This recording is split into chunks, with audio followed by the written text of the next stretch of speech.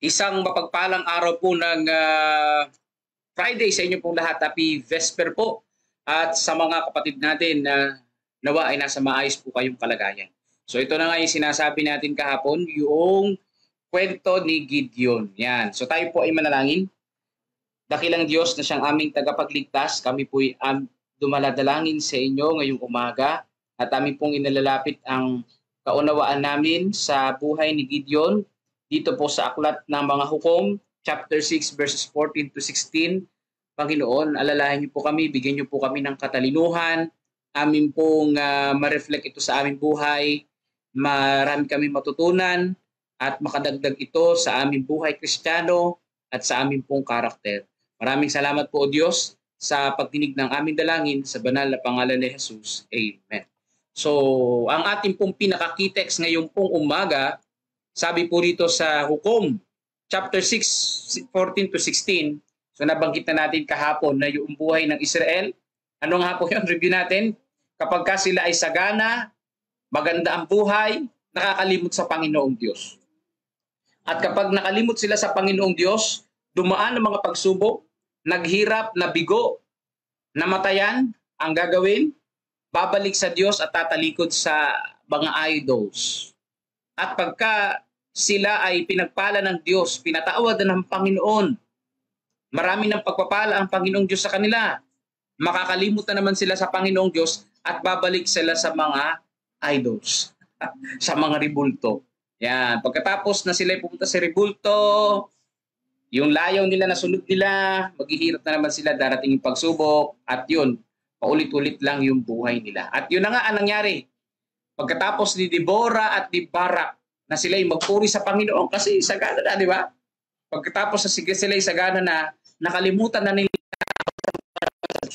at sila ay sumamba na ulit sa ribulto. At ngayon sa panahon ng ni Gideon, ang bahay ng Israel ay nasa panganib na sila'y sasakupin ng mga Midianites. Dahil nga ang Panginoon ay hindi na nila kasama dahil sila'y tumalikod sa Panginoong Diyos. Sabi dito sa Hukom, at bumaling sa kanya ang Panginoon at sinabi, humayo ka sa kalakasan mong ito at iligtas mo ang Israel sa kamay ng Midian. Hindi ba kita sinusugo? Sinabi niya sa kanya, ngunit Ginoo, paano ko maililigtas ang Israel? Ang aking angkan ang pinakamahina sa Manases at ako ang pinakahamak sa sambahayan ng aking ama. Sinabi ng Panginoon sa kanya, subalit ako'y makakasama mo at iyong ibubuwal ang Midianita bawat isa sa kanila. So itong Gideon, alam naman natin yung story na 300, yung pong pinaka-final na mga soldiers niya na ginamit mga kapatid para pabagsakin itong Midianites. So alam natin yung naging story dito, yung Midianites mismo yung naglaban-laban at sila ay namatay. Nagpatayan sila yung mga Midianites. Hindi gumamit ng tabak sila Gideon dito sa gera na ito. So makikita po natin dito si Gideon, ano ang katangian niya? Pinakamahina sila sa angkan ng Manases. Pinakahamak sa kanyang sambahayan. Pero siya ay qualified na gumawa sa gawain ng Panginoon. Bakit? Dahil kasama niya ang Panginoong Diyos. Yan. O si Gideon sa panahon na ito nakitaan na siya ay tapat sa ating Panginoon kaya siya ay sinugo ng ating tagapagligtas. Sabi dito sa comment sa ating pong devotional, lahat ng mga kahangahangang ginawa ng Diyos para sa kanyang bayan ay ginawa sa pinakakaraniwang mga pamamaraan. Nang ang bayan ng Diyos ay lubos na napasasakop sa kanya, sa gayon ay gagamitin sila para isulong ang kanyang gawain sa sanlibutan. So dito po mga kapatid ko, no, ginagamit ng ating Panginoong Diyos ang mga simpleng tao, ang mga pangkaraniwang mga tao. Kaya nga yung mga ating mga awit na mga appeal song natin lagi tuwing umaga ay yung just ordinary people ay ginagamit ng ating Panginoong Diyos sa kanyang gawain basta't magpapasakop sa kanya kahit gaano ka man kahina, kapalpak, kabakasalanan, pinakawalang kwentang nasa isip mo, handa kang gamitin ng Panginoon kung ikasama mo ang ating tagapagligtas, kung tapat ka sa Kanya. Sabi dito, ngunit dapat nating alalahanin na anumang tagumpay ang dumating sa atin, ang kalwalatian at karangalan ay sa Diyos, sapagkat lahat ng kakayahan at lahat ng kapangyarihan ay kaloob mula sa Kanya. So yan naman na nakakalungkot dito sa story ni Gideon. Uunahan ko na kayo mga kapatid. So sa pagbasa po ninyo hanggang chapter 8 o chapter 7, chapter 8, makikita nyo dito na yung end ng life ni Gideon, sa halip na ang Diyos ang sambahin, siya na yung ginawang idol ng mga tao. Kasi nga nung una, pinupuri niya ang Diyos. Sumunod, pinupuri niya na yung sarili niya. At siya na nga yung naging idols ng bayan ng Israel. Hindi na ang Panginoong Diyos. Kaya nabanggit dito sa ating devotional, ang kalwalatian at karangalan ay sa Diyos. Yung pagtatagumpay ay credit dapat sa ating tagapagligtas, hindi sa atin. Kasi baka tayo maging idol, no?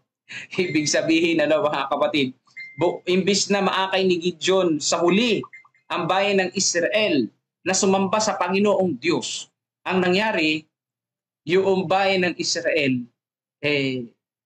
sa kanya na sumamba, hindi na sa Panginoong Diyos. Naakay niya yung bayan ng Israel sumamba sa kanya. Siya na yung kinikilala, hindi na ang ating Panginoon, mga kapatid ko. Yun ang nakalulungkot dyan. Kaya after ni Gideon, may pinadala na naman ang Panginoon. At sa story dito sa hukom, naipadala din dito si Samson. Yan din makikita yan dito sa aklat ng hukom, mga kapatid. So dito po, mga kapatid ko, kapag hindi ang Diyos ang nawalhati sa ginawa natin, masisira lang yung pagsamba natin sa Panginoong Diyos. At lalaki lang ang ulo natin. Susubukin ng Diyos hanggang sa sukdulan ang pananampalataya at tapang nilang mga pinagkatiwalaan niya ng mga responsibilidad sa kanyang gawain. Ang panlabas na anyo ay madalas na nakatatakot. So ito, mga kapatid, hindi sa gawain ng Panginoon, hindi importante ang panlabas na anyo. Ang importante dito yung kalooban, yung pagtatapat sa ating Panginoong Diyos. Tayo ay pinagkatiwalaan ng Panginoon. Sa gawain ng Panginoon, dito nga sa pagpapastor, hindi ito high ranking na kapag mataas ang iyong posisyon ay ayahay ka. Habang ikaw ay napupunta sa isang napopromote ka, ibig sabihin na-upgrade ka, lalong lang lumalaki ang iyong responsibilidad. Kaya nga sabi ni Pastor Nelson, minsan ang sabi ng kanyang anak ay, Daddy, bakit hindi na tayo nagsisimba? Hindi na tayo nag-midweek. Kasi nga, during midweek, naglalakbay sila para umattend sa isang meeting para sa gawain ng Panginoon. So, yung iniikutan ni Pastor Nelson noon ay sa Cabiao lamang, dati noon, kasama ang buong South 2 hanggang Peñaranda, General Tino, napakalawak din ang iniikutan niya. Pero mas malawak yung iniikutan niya ngayon. So, maganda lang pakinggan yung pagiging area chairman, pero yung gawain ay talagang pagod na pagod. At alam niyo po, nabanggit ko rin na ang lamang lang nila sa amin ng mga district pastor na iniikutan namin ay 60 kilometers, 120 balikan, o 50 kilometers yan, 100 kilometers balikan dito sa district. 1,000 lang ang lamang sa amin yan ng ating pong area chairman. Kaya kung lilibutin niya yung buong area, tapos may meeting pa sa CLC kada week, magkano na yung pamasahe na yun. So, kinakapos din po talaga. Pero ang Panginoon, hindi naman tayo pinababayaan, mga kapatid. Yun ang pinaka-the best doon. Hindi naman tayo pinababayaan ng ating Panginoong Diyos, yung mga lingkod niya. Ang sinasabi natin dito, habang tinatawagan tayo ng Panginoon sa malaking gawain, lumalaki rin yung responsibilidad natin. Kaya kailangan lumalaki din dapat yung ating pananampalataya at pagtatapat sa ating pong Panginoong Diyos. Sabi dito, bagamat nagbigay ang Diyos ng paulit-ulit na kasiguruduhan ng kanyang tulong, gayunman ang pananampalataya ay halos maitumba. Ang sinasabi ng Panginoon, ang dapat nating maging matibay na sandigan, hiwalay sa mga karunungan ng tao o maliwanag na hindi ikapangyayari. So dito po, mga kapatid, si Gideon, nung tinawag siya ng Panginoon, wala siyang katiwa-tiwala sa sarili niya. Ang sabi niya, Panginoon, hindi ko kaya yan. Pinakamahina ako, pinakapangit ako, wala akong kwenta sa bayan na aking ama. Bakit ako pa ang pipiliin mo? Pero sabi niya, humayo ka dahil kasama mo ako. Yan ang pinanghawakan ni Gideon, kaya sila ay nagtagumpay. Bagamat 300 lang ang dala niya. Hindi para magmapuri siya, kundi para sambahin ng Panginoon. Ang nangyari, ang naging turning point, mga kapatid, ang nangyari ay nung dati hindi nagtitiwala si Gideon sa sarili niya, nung tinawag siya ng Panginoon, ngayon, after na magtagumpay, lubos-lubos naman yung pagtitiwala niya sa sarili niya at nangyari pa na siya na ang sinamba sa panahon niya. Naging idol na siya ng bayan ng Israel. So yun yung pagkakamali lang dito ni Gideon, na hindi ko inangaan. Pero napakaganda ng story ni Gideon. Ang kailangan lang natin na story dito na na lesson dito, no? Tuloy-tuloy, consistent talaga. Ang tuloy-tuloy na pagbibigay papuri, pagbibigay karangalan sa ating Panginoong Diyos at pagpapakumbaba sa ating pong panig.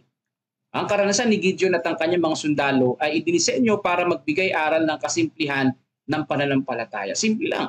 May dala lang silang torotot, may dala lang silang babasagin na parang mangkok na kapag binasag nila yon, matataranta yung mga kalaban dahil nga mafag, yung Midianite napakadami, tapos magpapatunog lang sila ng trontot, simbolo na may umaatake sa kalaban. O kaya sila, aakala nila nandiyan na agad yung kalaban, may bumasag na mga palayok. Nataranta yung Midianite, sila yung naglaban-laban. So yung kasimplihan ng pananampalataya na hindi mo kailangan maging magarbo para ganito, ganyan. Ang kailangan mo simple lang at ang pananampalataya sa ating Panginoon. Kung kalooban niya ng Panginoon, mangyayari yan. Kahit ganyan lang yung iyong estado sa buhay. Kahit ganyan ka lang, kung kalooban ng Panginoon, ikaw ay nandyan, magiging epektibo ka sa gawain. Hindi kailangan dito ng patalinuhan, pagalingan, kundi yung simpleng tao lang, ordinary people, na gagamitin ng Panginoon sa gawain niya, the best na yun. Bakit? Kasama mo ang Panginoon. Ang tagapangunang pinili ng Diyos ay walang mataas na posisyon sa Israel. Diba? O dapat pinili ng Panginoon, siya ay hindi pinuno, isang libita o isang saserdote. Sa bayan nga lang ni Manase. Diba? Sa sambahayan lang ni Manase, pinakamahina pa. Pinakawalang kwenta pa, pero pinaka hindi pa kilala.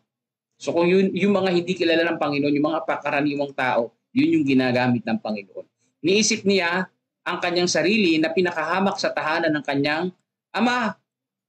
Sa karunungan ng tao ay hindi siya pipiliin.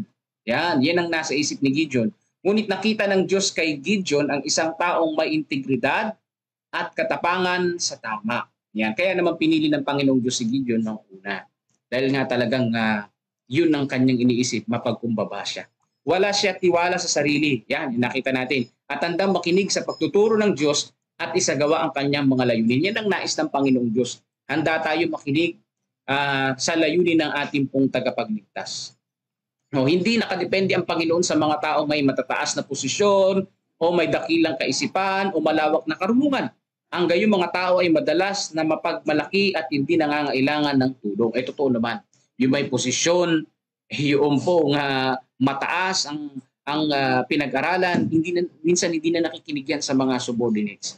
Minsan hindi na nakikinig yan sa mga suggestion ng iba. Kaya mas pinipili ng Panginoon yung walang posisyon, hindi mataas yung pinag-aralan, pero mapagkumbaba at gustong-gusto na tawagin sila ng ating Panginoon. Pakiramdam nila sa kanilang sarili na may kakayahan silang gumawa at magsakatuparan ng mga panukala na walang payo ng Diyos. Kanilang ihiwalay ang kanilang sarili mula sa tunay na puno ng ubas at sa gayon ay magiging tuyot at walang bunga, gaya ng naputol ng mga sanga. So yan yung mga tao mapagmalaki. Pero yung mapagkumbaba, sila yung ginagamit ng Panginoon. Ilalagay ng Panginoon sa kahihiyan ng mga taong nagyayabang. Yan kapag ka nagyayabang tayo sa gawain, mapupunta lang tayo sa kahihiyan. Magbibigay siya ng tagumpay sa pinakamahinang mga pagsisikap at mga paraang walang aasahan. Kung hinarang ng Diyos at ginawang may kapakumbabaan at pagtitiwala. So ang gawain ng Panginoon dito hindi pagalingan nga, hindi payabangan, ay ako ganito ako, kaya ako to. Hindi po mga kapatid. Kailangan ang isipin natin, wala tayong kakayahan para gawin yan. Tanging ang Diyos lamang ang makapagbibigay sa atin ng karunungan, kaalaman para mapanagumpayan natin at magawa ng mahusay ang gawain ng ating pong Panginoong Diyos kahit sa ang aspeto man. Kahit sa church natin, mga kapatid, pinatasan tayo ng ating Panginoong Diyos dyan, hindi para ipagmalaki, hindi para ipagmayabang yung posisyon natin, kundi para lalong magpakumbaba sa harapan ng ating Panginoong Diyos. Dahil ang pagtatagumpay ay sa ating tagapagligtas. So, sabi dito, sa pangako ng ating pong Panginoong Diyos kay Gideon, at bumaling sa kanya ang Panginoon at sinabi, humayo ka sa kalakasan mong ito at iligtas mo ang Israel sa kamay ng Midian. Hindi ba kita isinusugo? Sabi niya, ngunit Ginoo, paano ko maililigtas ang Israel? Ang aking angkan, ang pinakamahina sa Manase. Yan ang kailangan ng Panginoong Diyos mapagkumbaba. At ako ang pinakahamak sa sambahayan ng aking ama. Sinabi ng Panginoon sa kanya, subalit ako'y makakasama mo at iyong ibubuwal ang Midianita, bawat isa sa kanila. Yun ang pinaka-the best dyan. Ang nagpapalakas sa atin, ang ating Panginoong Diyos. Kasama natin siya sa laban ng buhay. Huwag tayong bibigay. Huwag tayong susuko at huwag tayong magpakumpiyansa rin sa sarili nating kakayahan. Dahil kung sariling kakayahan lang tayo aasa, mabibigo lang tayo. Pero kung nasa isip natin, tayo ay nasa Panginoon, walang kaproblema mga kapatid. Tutulungan at gagabayan tayo ng ating pong tagapagligtas. So ngayon pong umaga ay patuloy nating idalangin ang ating mga prayer request. At ngayon pasama po sa panalangin, kami po ay pababa na ng Pantabangan. No? Salamat sa Panginoon sa successful na training ng mga church planters natin dito sa Pantabangan. So salamat po sa inyo mga kapatid. Papangunahan tayo ni Brother Melvin sa isang panalangin. Pagkatapos po ng awit na ito, papuri sa ating Panginoong Diyos. Muli po, magandang umaga po. Happy Vesper po. Happy preparation po sa inyong lahat. Prepare na po natin ang lahat para sa araw ng Sabat. Bukas ay tayo ay makapagpuri sa ating Panginoong Diyos ng mahusay at maaga sa church natin. God bless po, mga kapatid. Amang banal na makapangyarihan sa lahat. Muli po kami nagpapasalamat sa umaga na ito na patuloy nyo kaming binigyan ng panibagong pagkakataon na makapakinig ulit ng lesson tungkol sa story ni Gideon na siya ay kung paano naging isang mababa, mahina, walang kakayanan, ngunit nagtiwala po siya sa inyo. Siya ay nagtagumpay. Nais namin maging kagaya ni Gideon na sundin namin ang inyong kagustuhan, maging kami mababa at mahina. Ngunit ayaw rin namin maging kagaya ni Gideon na maging pasaway siya ng bandang huli. Mas gusto namin na patuloy lamang na nakatuon ang aming isipan sa inyong mga kagustuhan. Naway sa araw-araw na aming pamumuhay, kayo po manguna sa amin. Lagi kaming nakakunik po sa inyo. Naiisip namin ang aming mga desisyon ay nararapat po ba o karapat-dapat po ba sa inyong harapan upang kami makaiwas ng mas madalas sa mga tukso ng kaaway. Maraming salamat po sa inyong gabay at patnubay. Tunay na kami ay ramdam namin ang inyong pagmamahal. Sa umaga nito, nais namin isama sa panalangin ng bawat isa na nakikinig ngayon ay pagpalain nawa kami maghapon. Unang-una aming kalusugan, pangalawa ang aming mga gawain habang kami ay gumagawa, gayon din magpiprepare para bukas sa araw ng Sabat. Kayo nawa ang manguna sa aming pag-iisip, pagsasalita at mga gawa na kami ay maging karapat-dapat po sa inyo. Amin din sinasama sa panalangin ng mga nagtatravel sila pastor pauwi ngayon from Pantabangan. Ingatan sila sa daan nila sa anumang kapahamakan. Amin din pinapasalamat ang pasalamat na Masiklat family at nakapagsilang ng maayos si Sister Kisses.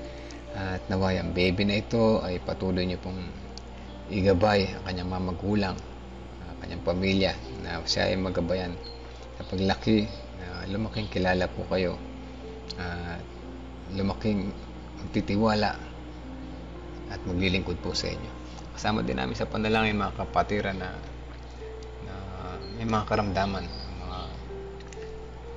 mga nagpapagaling sa recovery period, ang lahat ng may mga sakit. Kasama namin si Nanay Ellen Alabanza na patuloy siyang nagpapalakas at para sa pagbalik niya sa laboratory, siya ay papacheck up ulit. Nawa ito ay maging mas maayos kaysa sa dati.